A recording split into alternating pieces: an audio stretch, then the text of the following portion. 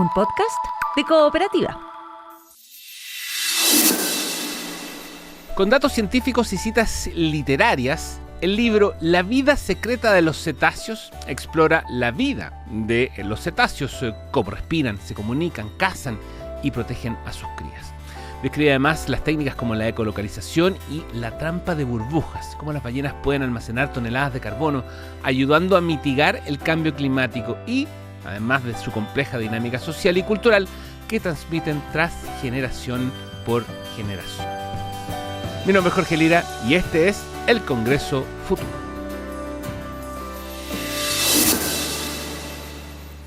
Hola Jorge, muchas gracias por la invitación, muy bien, ¿y tú? Muy bien, muchas gracias por compartir con nosotros este trabajo, además, que nos gusta mucho. Digo, de un tiempo a esta parte, las ballenas se han vuelto parte del paisaje costero, sobre todo en el norte, además de que su belleza es algo que resalta mucho en las redes sociales. Entonces, las cuentas de ballenas en Instagram, sobre todo, son de una belleza brutal. Entonces, bueno, lo primero que quiero preguntarte es cómo se produce este acercamiento tuyo a las ballenas. Bueno, yo de muy pequeña siempre me sentí atraída por conocer y proteger a todos los animales, por eso estudié veterinaria. Ajá. Luego trabajé en organizaciones de conservación de ballenas y delfines y la parte artística la había dejado como un poco de lado. Entonces después, cuando definí también que mi misión era proteger y sensibilizar a la comunidad acerca de la conservación medioambiental, si bien hay mucha gente que estudia distintas áreas de la conservación o distintos animales, siento que es muy importante difundir la ciencia y por eso tomé también mi arte como herramienta para esa misión, digamos. Entonces creo Voces de la Naturaleza, que es mi marca personal, ¿sí? Y este libro se enmarca también dentro de eso.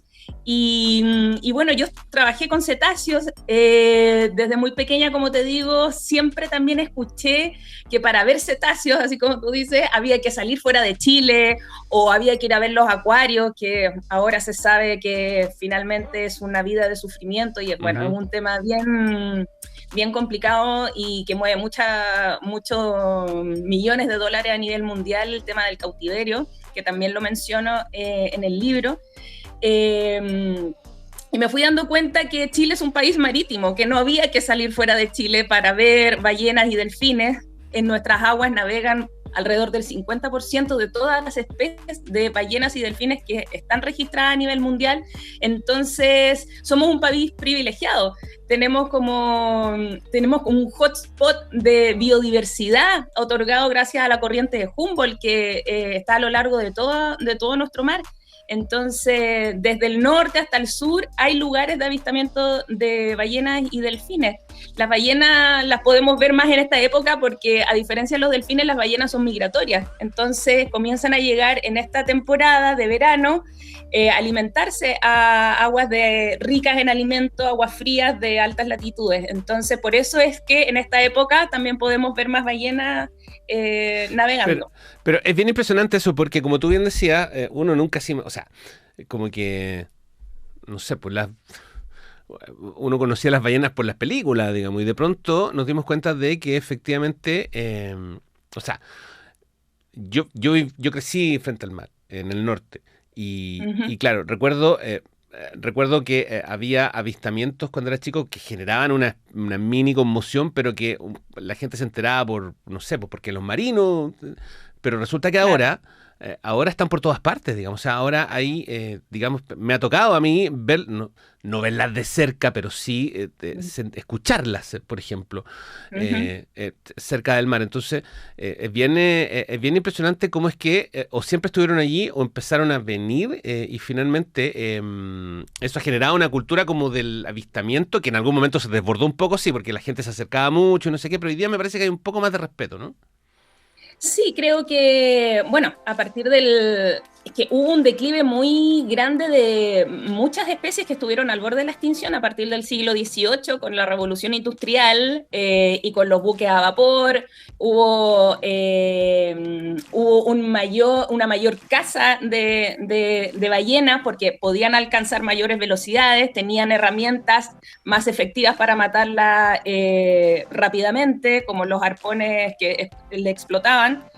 Entonces, hubo un declive muy grande de muchas especies que estuvieron al borde de la extinción. Y desde ahí también se comenzaron a tomar medidas internacionales, donde Chile también forma parte, como la Comisión Ballenera Internacional, que si bien partió como para regular el stock de pesca, claro, el stock de caza de ballenas, ahora con los años, desde los años 80, ha tomado tintes también más conservacionistas. Entonces es importante que tanto en nuestras aguas como en aguas internacionales existan regulaciones que den el marco también para que haya un turismo sustentable, como tú bien dices. Y Chile es también un país muy importante en nuestra zona, en la región de América del Sur, porque desde el 2008 tenemos una ley que protege a los cetáceos, y dentro de eso se enmarca también regulaciones para la observación y el turismo sustentable de estas especies. Estamos conversando con Priscila Escobar. Ella es veterinaria, es consultora y además es artista visual y en este caso autora de este libro, La vida secreta de los cetáceos. ¿Las ilustraciones son tuyas? ¿Todas? Sí, todo mío, escrito e ilustrado por mí. Ya, cuéntame, ¿qué trae el libro? ¿Qué es lo que vamos a encontrar en esta joyita que tengo en mis manos? Bueno, como tú comenzaste, creo que hablaste que habían hablado que eran los cetáceos. Creo que primero familiarizar a la gente con el término cetáceos, ¿no? Ese es el punto. El otro día hablábamos de este hallazgo de la forma en que se comunicaban el cachalote. Y el cachalote, para el común, el cachalote es una ballena, pero no lo es. Entonces al final, como que en ese momento perdí un poco la noción y fue como, ¿cuál es la diferencia entre cetáceo, ballena, cachalote, en fin? ¿Quién pertenece a quién? Claro, los cetáceos son un gran grupo que se divide en dos grandes grupos, para hacerlo bien fácil y no hablar tanto de términos taxonómicos. Están los misticetos y los odontocetos. Los misticetos, yo siempre como que me gusta como relacionarlo con algo. Misticetos. Misti viene del griego bigote, mystix. ¿Ya? Y ahí lo vas a relacionar rápidamente. ¿Y por qué mystic? Porque en este grupo pertenecen las ballenas, que en vez de dientes tienen unas estructuras de queratina llamadas barbas, claro, que se suspenden desde el maxilar superior, y esas tienen estas estructuras tienen deflecados que les ayudan finalmente a filtrar su alimento. Esos son los misticetos, y ahí están las ballenas. Muy bien. Y por otro lado están los odontocetos, y el término odonto viene del griego diente, que son todos los cetáceos con dientes. Y ahí están los delfines, las marsopas, los cachalotes y los sifios, que son menos conocidos también. Ya, perfecto. Entonces esa es la gran diferencia, y cómo podemos agrupar estos dos grandes grupos de cetáceos para que sepamos también diferenciarlos. Ya, perfecto. Entonces aquí estamos hablando de todos ellos. Todos ellos, estupendo. Exacto. Ya. Entonces, dice, me gustó el subtítulo, dice un avistamiento ilustrado del mundo de las ballenas y delfines, con todas las ilustraciones de Priscila. Ya, entonces, en este libro hay varias definiciones respecto de lo que uno entiende, porque por un lado está estos hallazgos de que, bueno, siempre hemos sabido que las ballenas se comunican, pero que también tienen algún tipo de relación, que se defienden, que migran, que, digamos, avanzan grandes cantidades de kilómetros para qué sé yo, para dar a luz, para luego instalarse, en fin, para alimentarse, etcétera. ¿Qué es lo que hay en el libro? ¿Cómo está estructurado? Bueno, el libro está estructurado primero, como te decía, explicando qué son los cetáceos, cómo se dividen, cómo se diferencian también de otros animales que visualmente quizás pueden parecerse mucho y se confunden con los peces, por ejemplo, con los tiburones. Hay gente que no sabe si es que los cetáceos, las ballenas son peces. Bueno, también eso lo explico, que los cetáceos son mamíferos marinos, igual que nosotros somos mamíferos, pero ellos obviamente tuvieron que adaptar todo su cuerpo de una forma hidrodinámica para poder vivir en un medio acuático. Entonces nos parecemos tanto en cómo respiramos, ellos respiran por pulmones, no como los peces que respiran a través de branquias. Claro. Tienen nuestra temperatura corporal se regula no según el ambiente, sino que es una temperatura constante, los cetáceos también, y también tenemos bueno, también gestan crías vivas y las amamantan. Ellos también tienen glándulas mamarias con la cual alimentan a sus crías y tienen periodos de gestación también en general de 12 meses, amamantan a sus crías y tienen un largo periodo de amamantamiento, igual que los seres humanos, y también se parecen culturalmente. Uh-huh.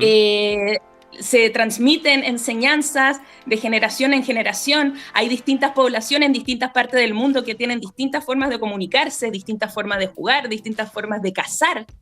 Entonces, culturalmente también somos muy parecidas a ellas y forman lazos familiares también por toda la vida. Por eso recalco el tema del cautiverio, es tan terrible para estas especies, porque finalmente tú los sacas de ese espacio y las arrebatas de sus familias y las haces vivir en un medio, primero, que no es natural, y segundo, les arrebatas el vivir en comunidad y culturalmente. Sí, pues de hecho, siempre hablamos de que nuestro acercamiento con las ballenas muchas veces fue, insisto, a través de, qué sé yo, los cuentos tipo Moby Dick, o para los que son más chicos, Exacto. La ballena Josefina y lo que fuera, pero también tuvimos los malos ejemplos de esto de orcas calificadas como ballenas asesinas. En este caso,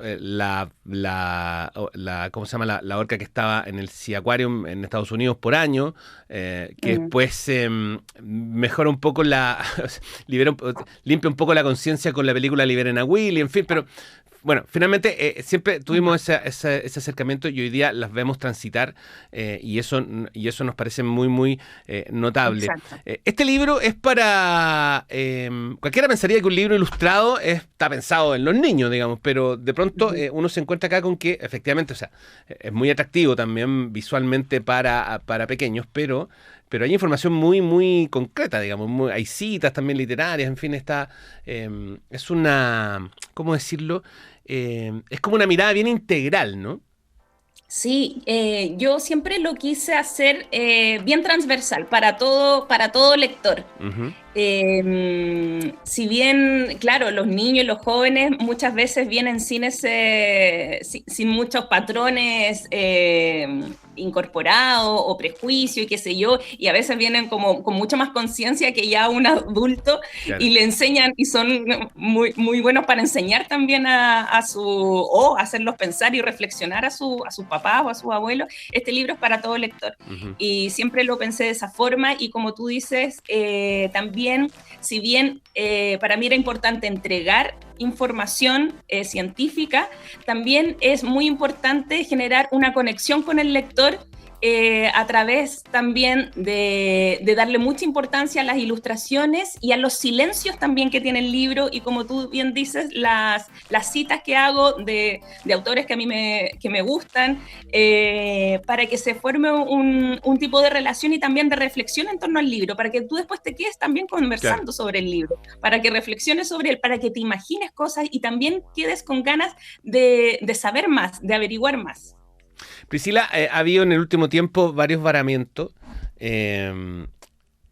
sobre todo en el norte, donde muchas veces, ver ¿cómo se llama? Un animal de este tamaño, digamos, varado a la orilla del mar, evidentemente llama la atención, se pide a la gente que no se acerque, en fin. ¿Te ha tocado estar cerca de un varamiento? Que es algo que es bastante trágico, sí, además, porque no es tan fácil pescar una ballena y devolverla al mar si es que llegó ahí por la circunstancia que sea, y muchas veces llegan enfermas y finalmente mueren. Claro, sí, hay todo un protocolo también. Cuando llegan animales vivos hay todo un protocolo, no es llegar y tirarlo, o sea, Por eso tienen que llegar autoridades y gente del mundo científico a asesorar, y si es que hay un varamiento de un animal vivo, hay todo un protocolo. Tú no puedes tironear al animal, tienes que ponerle paños húmedos, tienes que tratar de hacerle como un hoyito en la arena para de esa forma tomarlo, porque si tú le puedes arriesgar heridas y finalmente lo va a perjudicar más que lo vas a ayudar. Y los varamientos tienen distintos orígenes. Pueden ser de origen antropogénico, que es como causado directamente por los humanos, como colisión con embarcaciones, enredamiento en redes de pesca, contaminación, o también causas, entre comillas, no ocasionados por el humano, como por ejemplo, algún miembro de la manada de delfines está enfermo y toda la manada trata de ayudarlo y finalmente terminan varando mucho, o finalmente vara solo una por alguna infección, sí. O también los afectan mucho los sonares, la contaminación acústica en el mar, y sí, se desorientan. Entonces hay muchas razones que pueden llevar a eso, y por eso es muy importante los protocolos que existen en torno a cuando vara una ballena o un delfín, hacer la necropsia, que es como todo el proceso de toma de datos y de muestras al animal varado, para saber también si se puede llegar a la razón de su varamiento y su muerte. Uh-huh. Oye, Priscila, ¿y te ha tocado estar cerca de una? ¿Te ha tocado hacer como estar en un avistamiento? Así, sí, yo la primera vez... Como muy cerca, digamos, como... Sí, la primera vez que yo vi una ballena, fue una ballena azul. Wow. Dicen que solamente el 1% de la población mundial de personas ha visto una ballena azul, y es increíble. O sea, yo trabajaba en una ONG que hacía investigación también de cetáceos en el sur de Chile, y se avistaban desde la costa, y también se hacían monitoreos cuando el mar estaba bueno. Uno salía en embarcaciones, y finalmente lo que hace uno es acercarse de manera cuidadosa a tantos metros, que también tiene otras regulaciones, que el turismo. El turismo tiene otros parámetros de acercamiento y a los grupos de ballenas. Cuando tú investigas, tienes que tratar de sacarle una foto por el lado derecho y por el lado izquierdo. Estoy hablando en el caso de la ballena azul, porque todos los cetáceos tienen distintas formas de identificarlos individualmente, como nosotros nos identificamos, por ejemplo, con nuestra huella digital.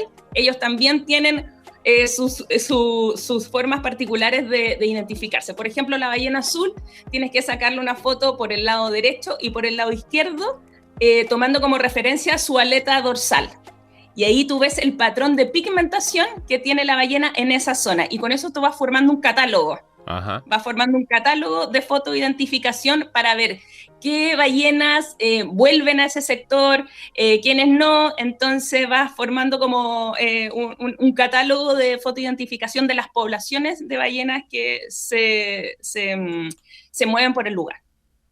Entonces, bueno, me preguntabas que cómo fue la primera vez que la vi. Impresionante. Una ballena azul puede llegar a medir... Claro. Eso, más encima la ballena azul es la más grande de todas, ¿o no? Exacto, es la más grande.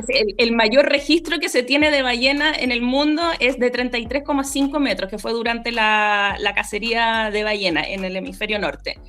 Las poblaciones de ballenas azules, más o menos el tamaño de las que llegan a Chile, deben estar bordeando los 27 metros. O sea, y cuando tú las ves salir a respirar, no la ves entera, sino que la vas viendo como de a pedacitos, ves como un quinto de la ballena, que ya es el tamaño de tu embarcación, que son como 6 metros. Entonces es impresionante. No, se pasó. Yo recomiendo mucho que si uno ve una única cuenta de ballena en Instagram, después te aparecen 200 y es maravilloso, porque estar todo el día viendo imágenes submarinas, cómo salen, cómo comparten, en fin. Y hay varias cuentas chilenas que están haciendo tomas desde el aire, en el norte de Chile, específicamente en la región de Antofagasta, que son realmente impresionantes porque se ven ahí madres con hijos, en fin, navegando en aguas no poco profundas, pero sí bastante claras y muy tranquilas en el norte, y se ve muy, muy, muy bonito. Y bueno, le pueden sumar este libro que además fue lanzado ya hace un rato en la Filsa también, y que está disponible en Catalonia. Estaba viendo Voces de la Naturaleza. Esa es la cuenta donde tú además muestras tu trabajo artístico, ¿no? Exacto, sí, es mi marca personal, Voces Ajá. de la Naturaleza. Perfecto. Se busca como, bueno, coloquen ahí en Instagram Voces de la Naturaleza, pero es voces.de.la.naturaleza. Bien. Exacto, Oye, exacto. ya pues, Priscila, bueno, nos quedó muy claro todo respecto de cetáceos, ballenas, Bueno, en fin. sí. El libro está muy, muy bonito. Estaba diciendo yo, no me gusta decirlo, pero es verdad, es un bonito regalo de Navidad, digamos, en general, porque sobre todo aprovechando la época, y las ilustraciones también están muy bacanas. Así que muchas, muchas gracias, felicitaciones, y bueno, volveremos a conversar, pues, mucho éxito. Hay mucho por conversar en cuanto a Tal las cual. ballenas y los delfines, así que cuando quieras. Muchas gracias por la invitación, Jorge. Un abrazo, que estés muy bien. Un abrazo, chao. Chao. Se acabó. Termina Congreso Futuro, pero quédate atento a los próximos capítulos. Estamos en Cooperativa Podcast, en Spotify, en Apple Podcast, y ojo que también estamos en cooperativaciencia.cl. Además, puedes escuchar el programa todos los domingos a las 11 de la mañana en Radio Cooperativa.